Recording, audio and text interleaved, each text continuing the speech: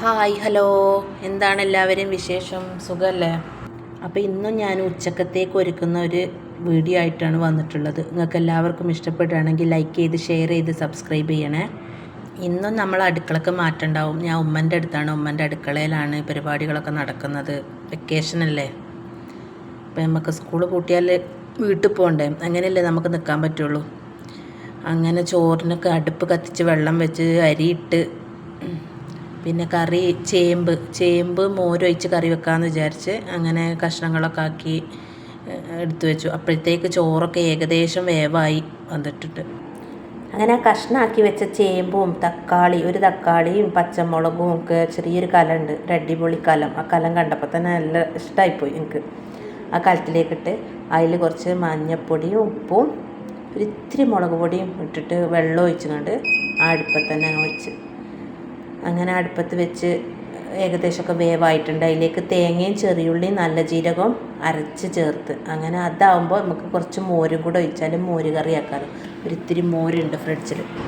അങ്ങനെ ഇതൊക്കെ തിളച്ച് വന്നതിന് ശേഷം മോര് ഒഴിച്ചാൽ പിന്നെ അധികം തിളക്കാൻ പറ്റില്ലല്ലോ, ചൂടാവാനല്ലേ പറ്റുള്ളൂ.